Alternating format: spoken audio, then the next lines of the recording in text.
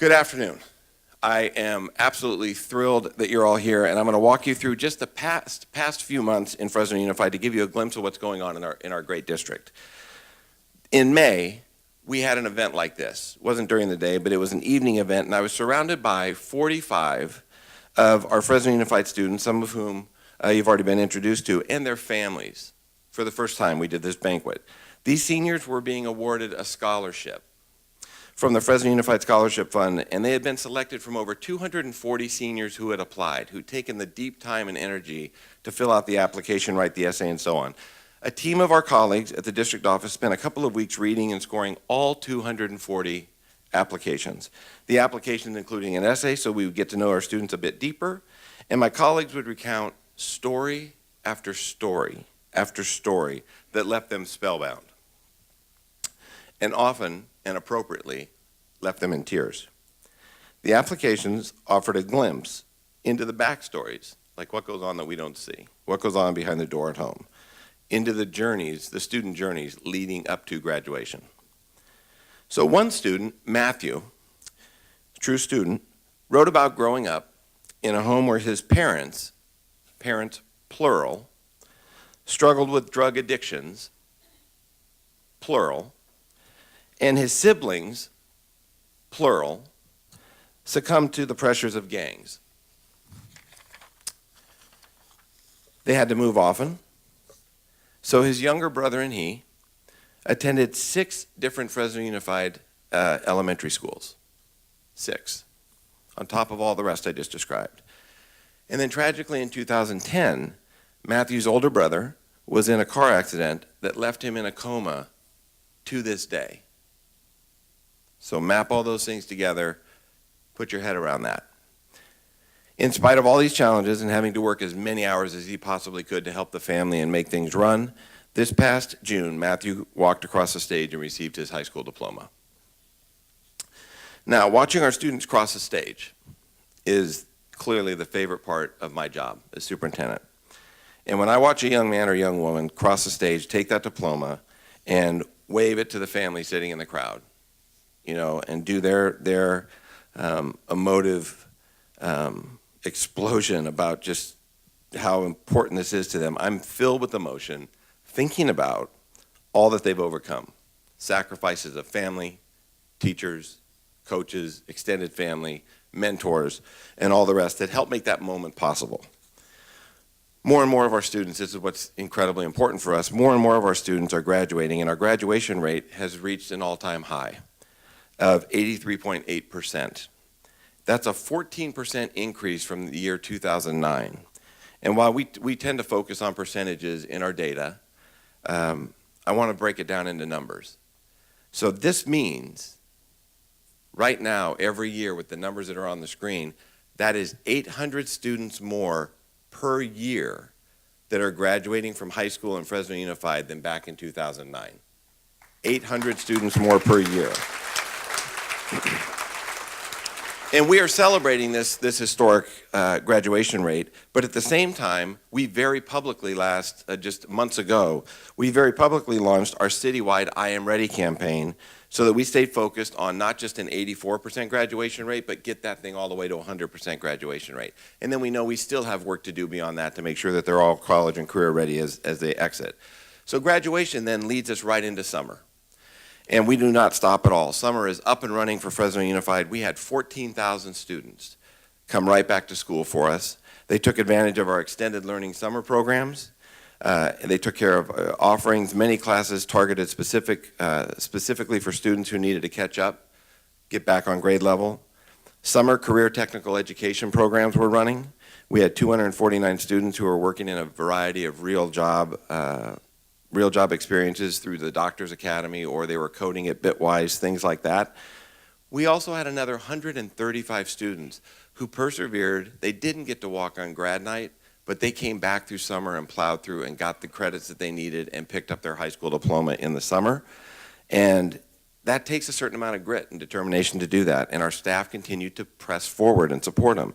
The summer lunch program we ran served over 200,000 meals to our students at free meals, I should say, at 55 of our schools' campuses, And 4 of our high schools had their swimming pools open for our community use. And by the way, I should also say, we have 2 left, 2 campuses left, McLean and Roosevelt, that do not have new and renovated aquatic centers, and the Board of Education has already voted to remedy that, so that work is underway. Soon we'll have all of our pools open to the community as we go forward. Also, for the first time this summer, 68 of our African American 8th graders, not waiting, 8th graders, we went back to the 8th graders, got to spend a week, as you see up here on the screen, at UC Merced. This was made possible by the Willie Brown Jr. Leadership Development Program and our partnership with UC Merced. Advisors upon those students' return, and I've seen some of this in action already, it's amazing. They've met with these students since. They're reporting, guess what? Students' grades are up. Their attendance is up. They're engaging in leadership opportunities like they've never done before. They see people believing and investing in them, and it works. They see themselves through a different lens completely. And all of these things I just mentioned lead right to college and career readiness. This is a great example of the value of our partnerships that we have with many of our higher education institutions. I called that one out because it's our newest. Speaking of higher ed, and since she's here today, I want to thank Dr. Paul Parnell, our new community college chancellor, for making this recommendation and hire. She's here today, so I want to congratulate Dr. Carol Goldsmith on her new role as president of Fresno City College. Carol hasn't even been on the job 60 days yet. I will tell you, within the first 10 days, you'll recall many of you last year I made some comments here about community colleges that were biting.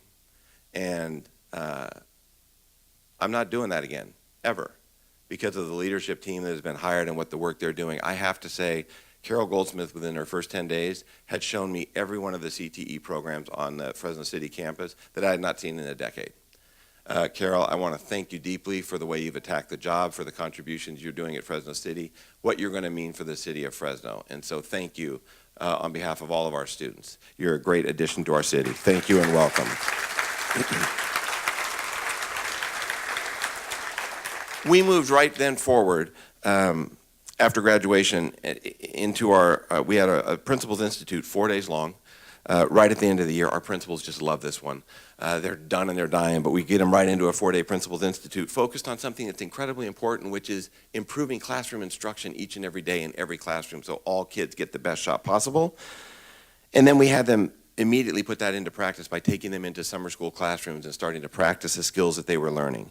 We had 1,300 teachers in full-day trainings working with the new materials that our board so graciously and forcefully supported purchasing around math, around English language arts, and very importantly for our 20-plus students who are 20% plus students who are English learners, our English language development materials. Great deal of training went on over the summer. Over 300 new teachers were meeting with their master teachers and went through an onboarding process that did not end when the summer ended. It is ongoing. We then moved forward to August 10th, Convocation 2016, where we welcomed all of our employees back. Thank you to Joe Castro and the gang at Fresno State. We got to use Save Mart Center again. Very grateful for the dozens of community partners and faith leaders who were there in attendance. Mayor Ashley Swearingen spoke again this year. She spoke as our mayor. She also spoke as a community member. But most poignantly, she spoke as a parent. And for all, I think, in attendance, it was very touching when the mayor was moved to tears as she thanked our teachers and folks on campuses, staff, for all that they've done to support her children, whom she entrusted to us at Fresno Unified. 5 days after that, we opened school. The 15th of August, 74,000 plus students and more than 10,000 employees showed up on over 100 campuses across the city of Fresno. And on that day, every single school principal, like you see right here, they become the mayor of a small town. And every employee gets to show students how humanity should be. That no matter who students are, the Matthews of the world that I described, no matter their struggles, no matter their background, no matter those struggles that are either seen or unseen, that we're going to do right by them. And we're supporting these students in many, many ways. Goal 2 is just part of it that you saw. One of the things that we've added, which is a cool tool, I just want to say because it's incredibly cool, is in our student information system, our technology team has worked to add in the gamification feature in our student information system that you see up on the screen through the student portal. This is all the information around grades and behavior and attendance and all the rest of that stuff that parents can see. But in this place, it's presented differently for students only, and we call it Strides. And the students can earn points and levels and stars, and then they compete against other students. They ask into their network, and they challenge each other. We've had overwhelming support for this already. We didn't even do a big rollout of it. Over 22,000 kids are already using this thing, right? In the first like 5-6 weeks of school, because it matters, it works. Kids, when it works, kids go, right? We know this. It's just a high level look very quickly at our past 4 months. So I'd like to now move into just some of the pieces around financial stability and some of the work that our board has been so diligent in making sure happens for the kids and the youth of this city, as we do our part as a major institution to make this a great city. The district makes all that I'm talking about happen with about $1 billion budget, including our capital programs. And some of you might remember a little more than a decade ago when we were the talk of the state for being potentially taken over for financial issues. And since then, we have had nothing but thank you to Ruthie Quinto and our fine staff. But Ruthie, as our partner, has made sure that we've had balanced budgets, clean audits, and we have enough in our reserves. We have enough for our student programs to build out, as you'll hear in a minute, and that we've also been incredibly fair with our employee groups so that between our salaries and benefits, we remain not only competitive, but at the top around here, so that we are an employer of choice. For the current year, we have $154 million in our budget is allocated for low-income students, and our English learners and our foster youth, and 88% plus of our students in Fresno Unified fall into one of those categories or many of those categories. Fresno Unified has a specific plan for how we're going to spend those dollars to improve student achievement, and it's called the Local Control Accountability Plan, or the LCAP. And with these dollars, we've done a few things. I'm going to tick a few of these off. First, we added 30 minutes of instructional time at 40 designated elementary schools. It's about 2/3 of our elementary schools now have a longer day by 30 minutes for our kids. When you add that up, that's about 18 days more of schooling per year at 2/3 of our elementaries, the elementaries that need the most support. Added up, that's almost a month of school for every year that kid goes to one of those 40 schools, right? So we can start talking about adding almost half a year's worth of schooling before they even move into middle school. It's no small feat. We've invested, you can clap for that one. We've invested $7.8 million in a master plan for our English learners. We are going after it new and differently, and I want to thank Maria Maldonado and her staff and our community group who came together to push on this because it matters in a big, big way. We've also made the PSAT and the all-important SAT for students' futures much more accessible by offering it for free to all of our kids and giving it like it's undone in very few places. It's not done like this, very few places in America. Our partnership with College Board allows us to give the SAT during a school day. We're not competing. Thank you. We're not competing with kids who need to work in the family business on Saturday, but they are there during a school day and they're focused. And then after that, they also get access to Khan Academy, which is some of the best online tutoring that is personalized to that child for them to get a better score the next time around, and it is completely free, and that's through another partnership our district has developed, and it matters in a big, big way for our kids. Another thing we did, you saw in the news, is we installed Wi-Fi on 90 plus of our buses. We have 15,000 kids on buses every single day to get to and from school, and more importantly, or also importantly, we have another 45,000 students who are involved in activities and athletics, and they're being bussed around the city and state. When they're on a bus, opportunity for access to information and getting homework done and whatnot matters. So we're not going to waste any minute if we can help it. We've improved school security by adding school neighborhood resource officers, or SNROs, at every middle school and a police chaplain at every one of our elementary schools. This is in addition to the school resource officers we've had for a long time at our high schools. And I just want to say, people have made a big deal about this, was in the press, but the big deal here is it's a small number that we put into that compared to the millions and millions of dollars we are putting into training our staff and our kids around what restorative practices mean. We're more than halfway through training our entire district.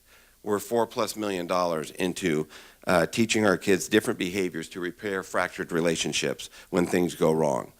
Pictured on the screen as our SNRO is from Gaston Middle School, our resource officer, Rudy Montoya. We couldn't thank him and the rest enough for the work they do. Last and finally, I just want to say this about Goal 2. We now send all of our elementary students on learning enrichment trips. All. From the earliest grades all the way up. Last year alone, 22,000 third through sixth grade students either went to Monterey Bay Aquarium, they went to the San Joaquin River, they went to museums here in town or in other cities around the state. 4,800 sixth graders alone got to go free of charge because we made it a priority, our board made it a priority for them to go to science camp. They're gone for the better part of a week. They are experiencing the outdoors and science lessons like you cannot get in a classroom. They're either on the coast or in the mountains. And in these outdoor settings, these are places where many of our students have never even been. And it is a phenomenal experience. And I thank the board for standing behind that. There are dozens more investments like this that you can see in the executive summary. This LCAP executive summary sits on your table. I encourage you to grab it, take it, read it, share it. It matters a lot. You'll find that you're going to want to understand some of the amazing work even more and more as you go forward.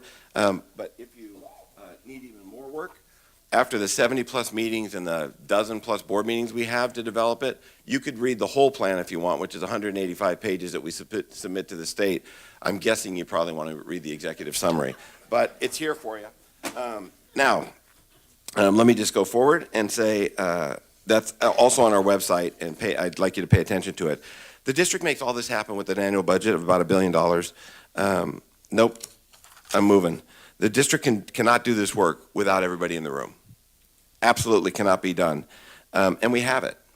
We're very fortunate. Fresno spoke loud and clear that education was a priority, and when they passed the bond measures K and Q, and you just take a drive around Fresno and you'll see the evidence of these investments. And you'll see these pictures here of all the big buildings done, along with Philip J. Patino School for Entrepreneurship being built.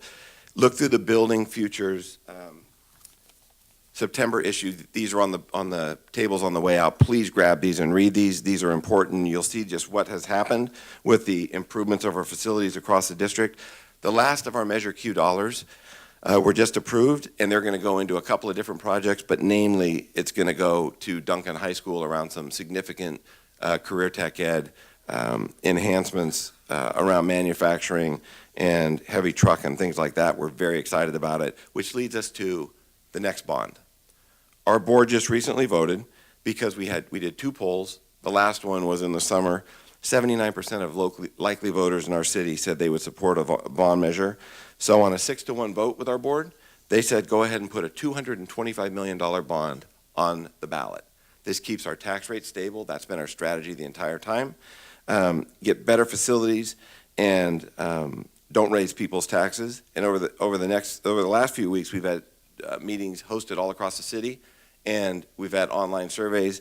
All that information is going to be put in front of the board for them to make some considered decisions about how we're going to prioritize these things. Lastly, I want to talk about some of our student achievement. Our graduation rates are at an all-time high.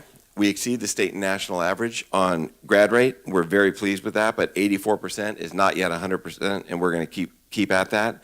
Our guiding principle is that every one of our students graduates Fresno Unified with the greatest number of post-secondary choices from the widest array of options, and we mean that start to stop. We will have multiple measures that we track our kids, try to make sure that we are ready for college and career, and these measurements are referred to the School Quality Improvement Index, and they measure things in 3 primary areas: academic performance and growth, social emotional factors, and culture and climate. And one of those indicators is state test scores. You saw this in the press before, but it's worth saying again. In the past 15 years, when we've been taking end-of-year state-mandated tests, this has never happened. In all grade levels that got tested, in all content areas that got tested, and for all of our groups, significant groups of students, everybody improved and moved up, and it's never been done in Fresno Unified. And our staff deserves a huge round of applause for that. Attendance rates are up. Student behaviors that lead to suspensions and expulsions continue to go down. Our iAccess integrated arts project has garnered national attention. We're not just talking about academics in the cold, hard math and science kind of realm. Catherine Aguero, our manager in visual and performing arts, is in DC this week presenting our work on a national scale. And I will also just tell you that in our core work, we now have evidence preliminarily that we have a high percentage, a great number of percentage of high and medium growth schools on these tests that we can turn to in our own city to figure out how to improve best practices without even having to go to the rest of the core collaborative so far. The LCAP summary that I mentioned earlier includes performance indicators on page 3. Please take it with you and share it. The last set of state test scores also shows that we have gaps. We will not back away from that. We are going to go after that each and every day. 2 things. English learners don't do as well. As I told you, $7.8 million is going into that master plan, and we have a plan to go after that and improve their work. And African American students as well are struggling in many instances. So we've implemented the Student Voices Project, as well as what we can learn from them through their experiences as we listen to our students, what's happening at school, in classrooms, on the campus, off the campus, in the community, that's making it so difficult for them that we can perhaps help with. And by invitation only, we've been part of the White House initiative, My Brother's Keeper. A large part of that is extending our mentoring programs. And when we talk in DC about our mentoring programs, nobody seems to have anything quite like what Darren Person has built out here. So Darren, thank you very much for what you have done. Focused on high absenteeism. We need the community, pure and simple. We need the community, and what's very important is that the community has said to us, we do not expect you to do it alone. So I want to say thank you deeply for that. We need our faith leaders. They've come through. I've talked with church leaders and pastors. You see some of these signs back here around, these standing signs. These are going to move into churches, but they are also going to look different because they are going to promote the importance of good attendance. They're going to promote the importance of getting into preschool early, and they're going to be in houses of worship across this city. I cannot help people understand that more than that. Our campuses are intersections of race and social class. That brings attention, but it also brings a great opportunity for us to learn and grow together. And I also believe that our campuses, while they are the intersection of race and social class, they are also the intersection of district and community. And when we place school and community, and we allow that to come together to improve student learning, we can build stronger, and we will build stronger, healthier families and neighborhoods. Back in April, when my colleagues told me about Matthew, there were recurring struggles. And the struggles were around grit, resilience, and endurance. To put it to you very shortly, Matthew, out of 240 of those applications, did not rise to the level of need compared to others, and he did not get a scholarship.